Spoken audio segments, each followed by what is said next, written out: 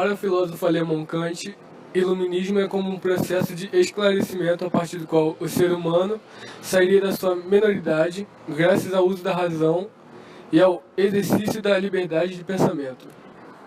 Deste modo, podemos definir iluminismo como um conjunto de ideias desenvolvida na Europa, sobretudo na França, durante os séculos XVII e XVIII, que, tendo a razão como valor fundamental, conduziu a um processo de laicização do mundo ocidental, em prejuízo da mentalidade religiosa.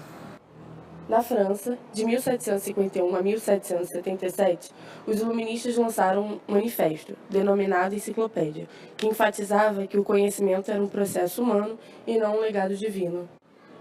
Além disso, houve também uma grande valorização da ciência, que pôs abaixo as explicações que o cristianismo oferecia sobre a natureza e a humanidade. O iluminismo, além de se posicionar contra o pensamento religioso da época, também se posicionava contra o absolutismo, que era a medida do regime da Idade Média. O absolutismo era o poder que era controlado apenas pelo rei, ou seja, o poder era inteiramente na mão de apenas uma pessoa, que decretava o que era certo e o que era errado. A sociedade do antigo regime era composta por 3 estados: o primeiro, que era o clero, o segundo, que era a nobreza, e o terceiro, que era o restante de toda a população, a burguesia, os camponeses e todos os trabalhadores.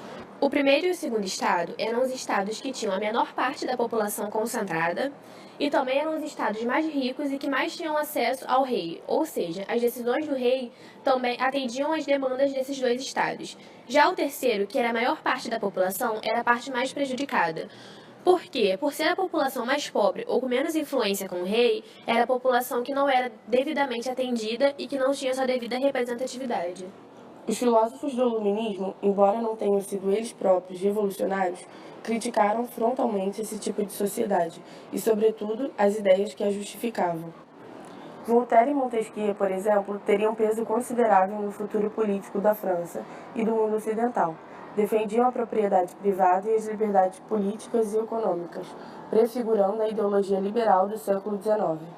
Diferentemente, Rousseau, que era mais radical, defendia a república como a forma mais perfeita de governo.